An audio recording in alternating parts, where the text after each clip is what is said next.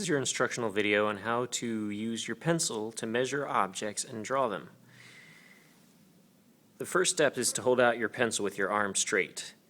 Line it up so that the eraser end of your pencil touches one side of the object, or appears to touch it, and your thumb touches the other side. Move your thumb along the side of the pencil to get it to line up the way you need to, so that your object fits right in between the eraser and your thumb.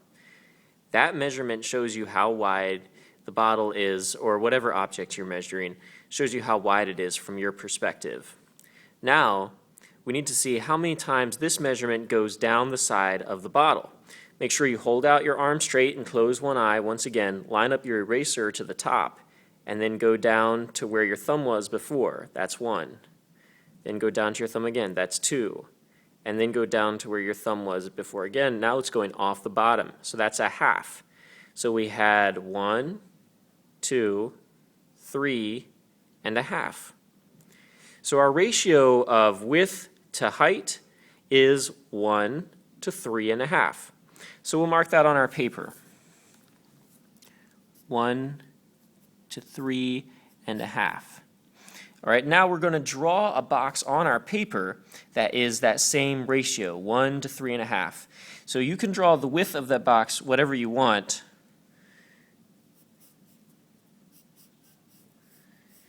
But then the height has to be 3.5 times longer than that.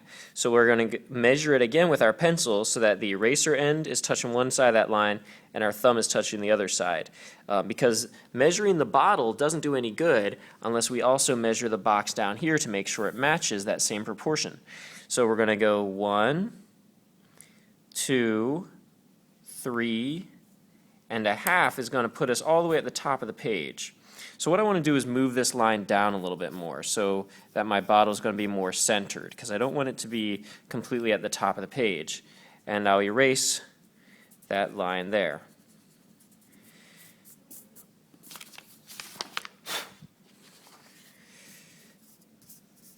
Now I'll measure this again and see where it takes us.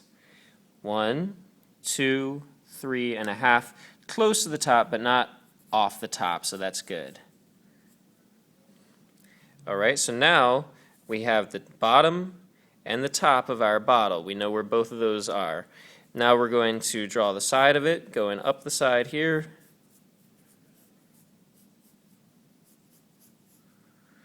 And draw the other side up here. So now we have kind of a box showing us the shape of our bottle. Everyone see that? You can see the whole box now. So the sides of this box are going to turn into the side of our bottle, and the bottom is going to turn, this is where the bottom of the bottle is going to be, and then the top of the bottle is going to be right up here. Now look at the bottle again. Look at the shape of it. We have to notice, where does it get to its widest point right there? If we measure the space between the top of the bottle and the widest point, and then compare that to below it, you see that it's the same space. So the widest point right here is right in the middle of the bottle. Also, measure the bottleneck. See how wide that is and compare that to the thickness of the bottle. You'll see that it's about 1/3 of the thickness of the bottle. So on our paper, we can divide up the thickness of the bottle into thirds, and that shows us how wide our bottleneck is going to be. We also can mark halfway down the side, and that's where the widest part of the bottle is going to be. Then look at the shape of the bottleneck. Notice how it's straight, and then it's kind of slants outwards, and it's curved at the end. So here, when we draw it, we're going to make it straight. Then it's going to kind of slant outwards, and then curve at the end. Then over here, it's going to be straight, slant outwards, and curve at the end. Both sides need to match, so it will be symmetrical. And then we can darken up our sides of our bottle a little bit more just by going over them. Still not pressing down with the pencil. Remember, when you're drawing, never press down. Just draw a nice, make it nice and smooth by going over it a couple times. Now the bottom needs to be round. If you look at it, you'll see that. The bottom is not flat, it's round. It's an oval shape. So we need to draw the bottom of the bottle on our paper as an oval shape. So everyone can see that oval shape there.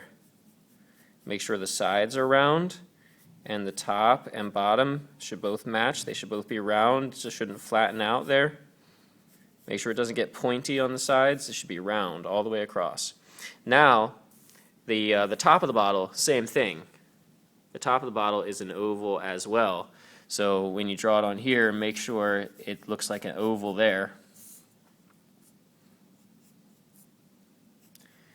I should have taped my paper down so it wouldn't be moving around on me when I'm doing this. Now, let's put some details on here. Notice you have this label going around the side, and you have these little lines here at the top. So for those little lines at the top, put a few little bumps there, some little ridges, and then we want to make those kind of curve around.